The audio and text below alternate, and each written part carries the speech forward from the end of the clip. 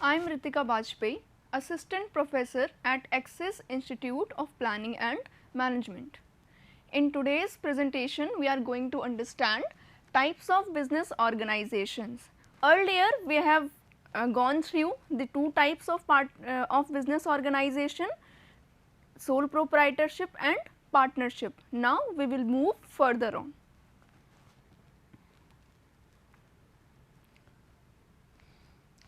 Joint Hindu family. The very first is joint Hindu family. Joint Hindu family basically refers to a form of business organization which is owned, carried on jointly by the members of Hindu undivided family.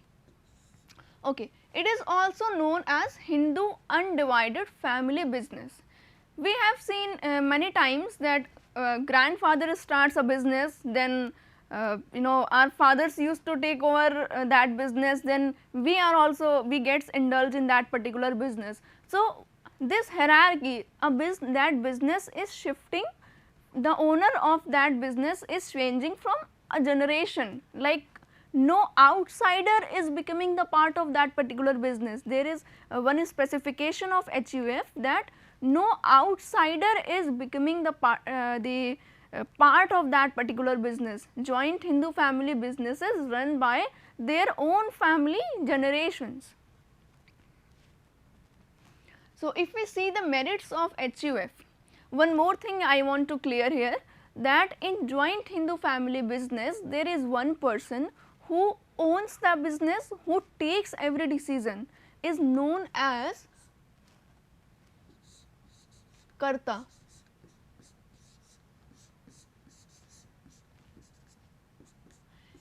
This person is very much responsible and very much important in a joint Hindu family business.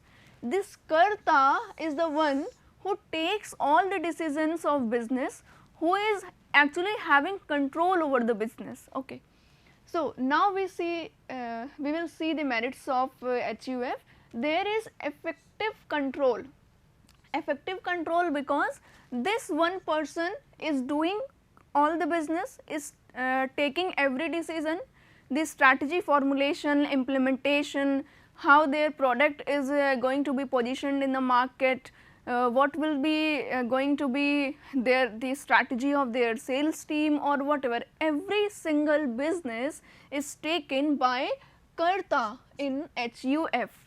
So, this leads to the effective control. Next is continued business existence. There is continuation in business existence in HUF because this when one generation leaves that business, next generation is ready to take over the business. If grandfather has left, then then his son is ready to take over the business. Next is limited liability of members. In joint Hindu family, the liability of members is limited as the other persons who are not the part of business. In Hindu undivided family businesses, it is not required or it is not mandatory that every family person, every family member has to be the part of HUF. There is only one person who carries on all over the business. So, rest of the members are having limited liabilities. Next is expanded loyalty and cooperation. So, as other persons also used to help, so there is extended loyalty and there is element of cooperation is also presented in HUF. Next is demerits of HUF. If we talk about the demerits, the very first is limited resources. In HUF, this Karta, this person is supposed to arrange all the funds of business. Okay. So, he is the one like sole proprietorship. We have seen in the earlier slides one form of business, that is sole proprietorship. In that also the sole proprietor has to manage funds, has to do everything. In the same way, in HUF, Karta is the one who have to manage all the resources. So, many a times they have limited resources, like they can take loan from the banks, but to a limited extent. In the same pace, if we talk about the partnership, there are many partners, they can get resources from many ways, in many ways. So, there is limited resources. Next is unlimited liability of Karta. Rest of the persons may have the limited liability, but this Karta is actually having unlimited liabilities in the business. Even sometimes their personal investment also gets in the businesses. So, this person is actually having unlimited liabilities all the time. If business gets profit, everyone will enjoy that profit. If a business faces loss, then this Karta will have to bear the loss, because ultimately they have to run their business, otherwise they will get out of the market. Next is dominance of Karta. This Karta is the one who is doing everything, who is taking active part in everything, in every decision. So, sometimes what happens, this Karta becomes a dominant person, like the Karta feels that what he is saying, everyone have to be agree with that. What he wants to do with the business, he will do with the business. Whatever the decision he wants to take, he will take for that particular business. So, in that case, this dominance of Karta actually sometimes leads to the negative repercussions for the business. Next is limited managerial skills. This Karta may not have all the managerial skills. He may not have knowledge of financials, he may not have knowledge of how to invest their money so that they can get the better returns. He may not have knowledge how to deal with the sales team. So, in that case, this limitation of managerial capacity actually leads to the demerit for Hindu undivided family. The next type of business organization is joint Hindu family. A joint Hindu family is the next type of business organization is joint stock company. A joint stock company is a voluntary association of individuals for profit, having a capital divided into transferable shares, and the ownership of which is the condition of membership. This definition was given by Professor L.H. Haney. Here what we can see, we can get out two to three features from this definition only. The very first is, it is voluntary association. Second is, it is for profit. Third one is the capital divided into transferable shares. As we have seen in the partnership, transferability of shares is very difficult, but in the joint stock company, transferability of share is the main feature. Okay. So, here we have three features. First is, it is voluntary association of individual, it is conducted for the purpose of earning profit, and third is, there is facility of transferability of shares. We have some examples of joint stock companies as well. The first is Indian Oil Corporation Limited, second is Tata Motors Limited, then Reliance Industries Limited and State Bank of India. Next is merit of joint stock company. So, if we talk about the merits of joint stock company, the very first is limited liability. How it is limited liability? Because every individual, we have seen its voluntary association. So, every person who is investing in that particular joint stock companies is limited to his or her particular investment only. He is limited to the extent of particular investment. If there are 4 persons who have invested in joint stock company, one has invested 30% of the capital, other has invested 20% of the capital, next has invested 10%, and other has invested 60%, sorry, 40% of the capital. So, in this case every person, Mr. A, B, C, D will be responsible for their percentage only, percentage of investment only. If one has invested 30%, so he will be liable for 30% only. Okay. Next is perpetual existence. Perpetual existence is actually a very positive point in the case of joint stock company. Perpetual existence actually says people may come and people may go, but it will not affect the existence of the organization. This is a positive point. As in partnership, if one people leaves the partnership, that partnership dissolves, the deed becomes void. But in joint stock company, lot of members can join the company, anyone who wants to leave the company can leave, but it will not affect the existence of the company. The company will go on and on. This feature is also defined in the Indian Companies Act. Next is expansion potential.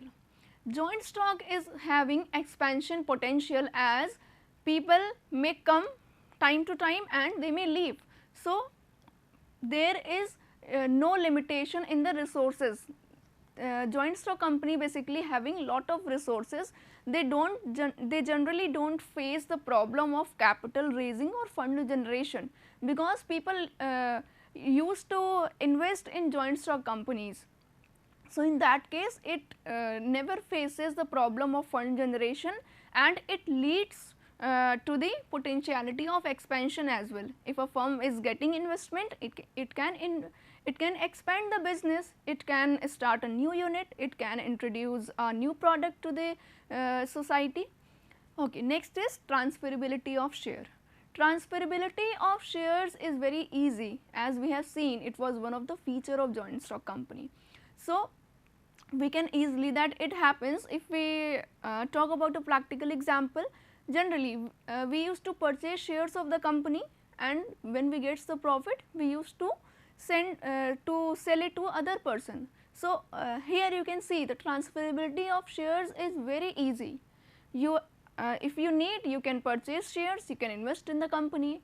When you do not need, you can transfer your shares to the other person. Next is diffusion of risk. The risk is basically diffused in the diffuse among the different investors. Like here we have seen there are 4 persons who have invested.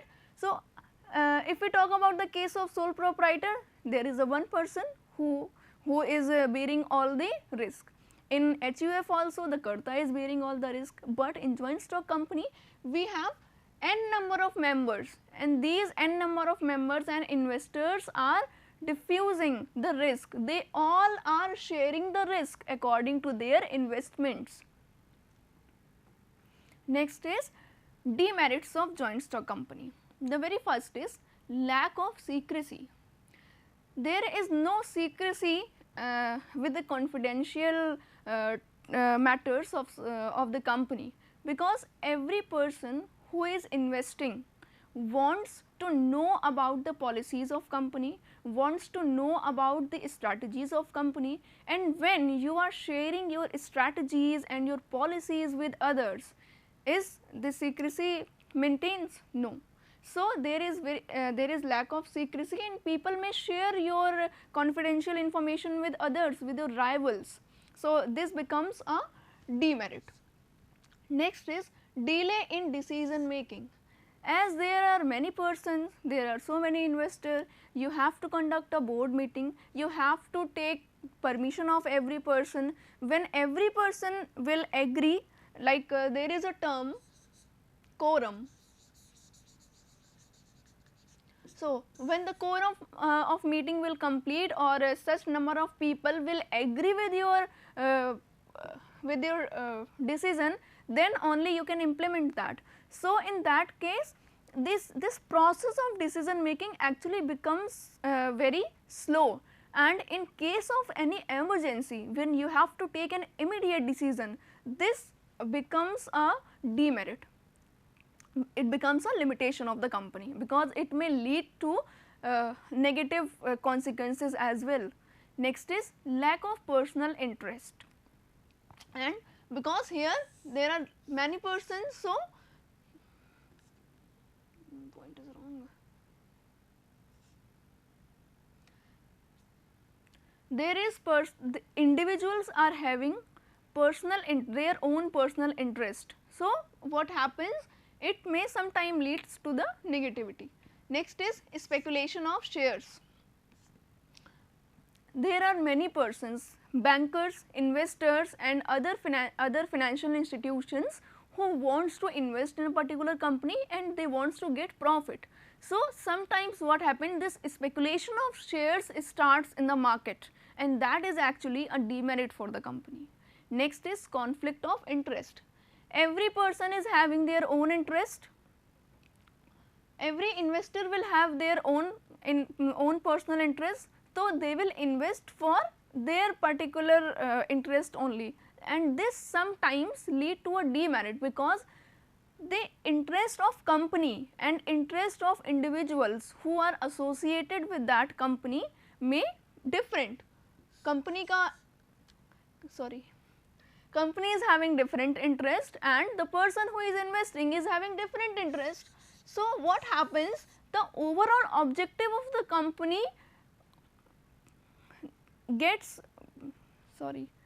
the overall objective of the company finds difficult to achieve, and this is a demerit for organization.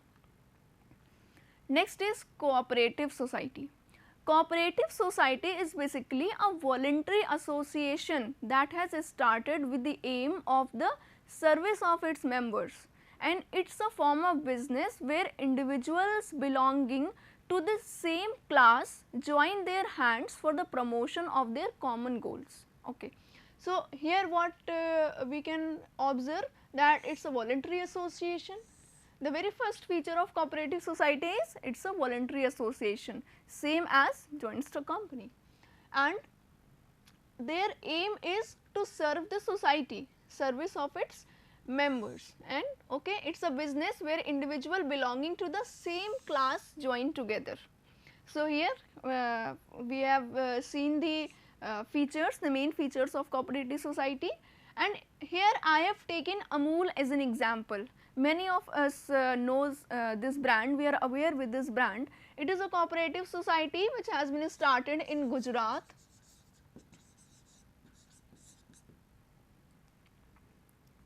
Next is merits of cooperative society. Cooperative societies are basically easy to form.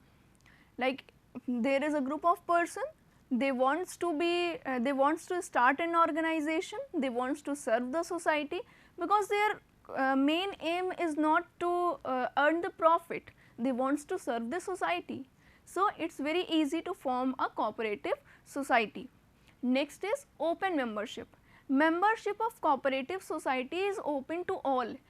Anyone who wants to be the part of cooperative society can come and join the organization and can carry the business. Next is democratic management. Here every person who is the part of cooperative society can give his or her opinion, ideas and views. So, in that case the democratic management maintains, and it actually leads to the positivity, because the brainstorming session is always better than an individual thinker or individual ideas. Every person is becoming the part of cooperative society, they are actively participating in decision making process, they are giving better decisions, and everyone is actually considering one other thoughts. Next is limited liability. It is a merit of cooperative society that people who are involved in the cooperative society have limited liability only. Next is demerits of cooperative society. Type of organizations are done here. Now, we will revise once again what are the type of organization that we have studied throughout the presentation. The very first type of organization was sole proprietorship. Second was partnership.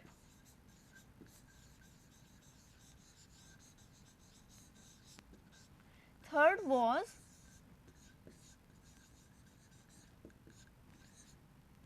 joint stock. Fourth was joint Hindu family, and the last was cooperative society. So, there are 5 types of business organization that we have studied throughout the presentation. Sole proprietorship, it is known as one man business. Partnership, in which there are 2 persons, minimum 2 persons who starts a firm. One thing you have to remember here, that in a partnership firm, one essential element is there, that there must be minimum 2 members to start a partnership firm. If there are less than 2 members, you cannot start a partnership firm, because partnership is all about 2 persons. Next is joint stock company, where we have seen there are many partners, there are many persons, it is a voluntary association, and there was no restriction on the transferability of share, whereas in the partnership firm there was restriction with the transferability of shares. Next was joint Hindu family. Joint Hindu family was a family business, like a person, grandfather has started a business, his son has taken over the business, again his son has taken over the business. So, the business that is going on by generations, next generation is taking over that business, is known as joint Hindu family. In joint Hindu family, there is one person known as Karta plays the major role.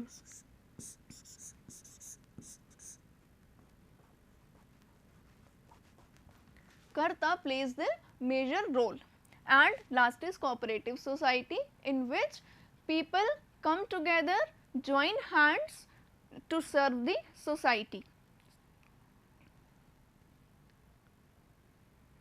So, this was all about the types of the business organizations. Thank you.